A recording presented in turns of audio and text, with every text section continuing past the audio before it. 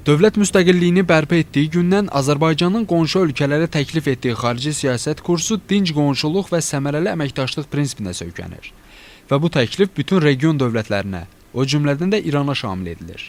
Qərbin bütün səylərinə və təzyiq cəhdlərinə baxmayaraq, Azərbaycan Prezidenti İlham Əliyev hələ 2006-cı ilin aprelində Birləşmiş Ştatlara rəsmi səfəri zamanı Ağ Ev qarşısında verdiyi müsahibədə Azərbaycan ərazisindən İrana hərbi zərbələr endirilməsinə yol verilməyəcəyini birmənalı şəkildə bəyan etdi. Təəssüflər olsun ki, İranın Azərbaycanla bağlı yürütdüyü siyasət heç də adekvat mahiyyət daşımır. Bir neçə gün öncə Azərbaycana qarşı İran ərazisindən həyata keçirilən kiber hücum buna əyani sübutdur. Yanvarın 16-sında Azərbaycanda deməli, Azərbaycana məxsus serverlərdə yerləşən bir neçə saytlara müdaxilələr həyata keçirilmişdi. Bunların sırasında həm dövlət orqanlarının, ictimai təşkilatların saytları mövcud idi və bu saytlarda müdaxilə edilərək müxtəlif şəkillər və deməli, məlumatlar yerləşdirilmişdi. İlkin araşdırmalar onu göstərdi ki, həyata keçirilmiş müdaxilələrdə İrana məxsus olan internet xidmətləri göstərən şirkətlərin internet ünvanları vasitəsilə təmin edilmişdir. Əgər virtual terrorun hipotetik cəhddən üçüncü qüvvə tərəfindən törədilməsi ehtimalı varsa da, ölkəmizdə real terror aktı törətməyə hazırlaşan qrupun Azərbaycanın Milli Təhlükəsizlik Nazirliyinin əməkdaşları tərəfindən həbs olunması İran tərəfindən Azərbaycana qarşı aparılan konkret təxribatdan xəbər verir.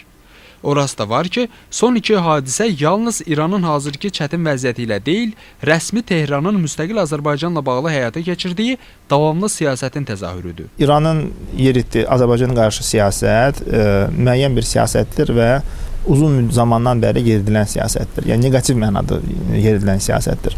Bunun ən gözəl isbatı, məsələn, Səhər radiosunun qulaqasanda bunu başa düşmək mümkündür. İran əlbəttə ki, Azərbaycanı potensial bir rəqib kimi görür və davamlı bir siyasət yeridir Azərbaycana qarşı. İranın son addımları həm davamlı siyasətin, elə bir ki, bir tədbirləri kimi görmək mümkündür, həm də eyni zamanda İranın son vaxtlar sıxışdığı bir dönəmdə, beynəlxalq təzyiqlərlə məruz qaldığı bir dönəmdə sanki agoniya halında atdığı belə deyim sizə çox da qeyri-rasional addım kimi qiymətləndirmək mümkündür bunlar. Maraqlıdır ki, Azərbaycanda terror aktı törətməyə hazırlaşanlar özünü dünyada İslam dəyərlərinin bir nömrəli keşikçisi kimi qələmə verən dövlətin cəsuslarıdır. Belə çıxır ki, İran hökuməti İslamla terrorçuluğun bir araya sığmaması həqiqətini ya anlaya bilməyib, ya da ki, qarşıya qoyulan məqsədə çatmaq üçün bütün vasitələri məqbul sayır. Ümumiyyətlə, İslam və terror bir-birinə zidd anlayışlardır. Yəni, İslam sözü özü sülh deməkdir. İslam sözü özü əmin-amanlıq deməkdir. Yəni, əmin-amanlıq olan bir din, sülh olan bir din necə terrora eyniləşdirilə bilər və yaxud da həmin o deyək ki, dinin adından terror törədilə bilər. Amma faktiki olaraq Azərbaycanın İranla münasibətləri daha fərqli olmasına baxmayaraq, İranın Azərbaycanla münasibətlərində əfsuslar olsun ki, biz o səmimiliyi, İslamın o əsas prinsiplərini, dəyərlərini görə bilmirik. Rəsmi Tehran daim İslam dəyərlərindən və müsəlman həmrəyliyindən dəm vursa da, əməldə tam başqa siyasətə üstünlük verir. Əks təqdirdə İran Azərbaycanın 20% ərazisini işğal etmiş Ermənistanla qardaşlaşmazdı. Bakıda bir məscid bağlananda lənət oxuma xoruna qoşulan ayətullahlar işğal olmuş Azərbaycan ərazilərində 800-ə yaxın məscidi dağıdan bir ölkəyə Tehranın göstərdiyi hərtərəfli yardıma gəldikdə balıq kimi susmazdılar.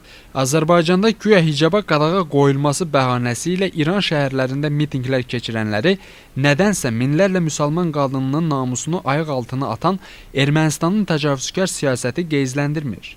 İslam pərdəsi altında gizlənən İranın ölkəmizə qarşı tutduğu düşmən mövqe Azərbaycan vətəndaşları üçün sir deyil. Nə İslam dinində, nə müsəlmançılıqda ümumiyyətlə insanlara zərər getirmə, insanların haqqını tapdamaq kimi bir anlayış yoxdur və əgər də İslam dövlətinin adını alan bir ölkə bunu eləməyə cəhd göstərirsə, mən hesab edirəm ki, bu xoşagəlməz bir haldır. İranla qonşu dövlət kimi həmişə münasibətdəyik, məsələn, təmasdayıq.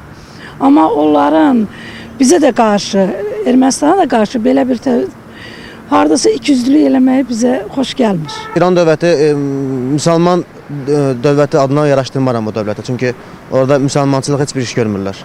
Yəni onların sadəcə din altında gizlətdikləri açığı deyək də pərdədir də bunlar. Din altında belə deyək, pərdəliyirlər hər şeyi. Din onlara pərdəliyir. İran dövlətinin əlbəttə ki, bu mövqeyi bizi qane eləmir.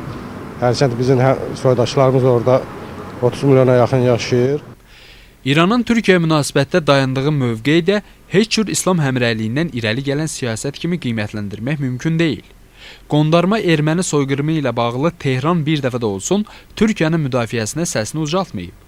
Budurmu İslam həmrəyliyi? Biz baxsaq İran-Türkiyə münasibətlərinə və yaxud İran-Azərbaycan münasibətinə biz görə bilərik ki, Ermənistanın dəstəklənməsi ilə, məsələn İran-Azərbaycan münasibətlərində İslam həmrəyliyindən heç cür danışmaq mümkün deyil. Və yaxud məsələn erməni soyqırımı iddialarına qarşı çıxma məsələsində İran əsla bunu heç vaxt etməyib. Nəyə görə? Çünki İran Türkiyəni həmişə özünə regionda rəqib dövlət kimi görüb.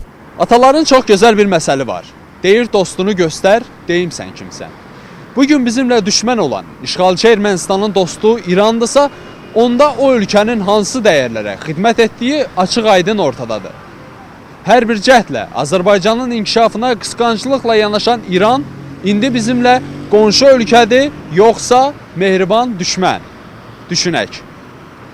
Teymur Mərdənoğlu, Zaur Bayramov, Lider TV.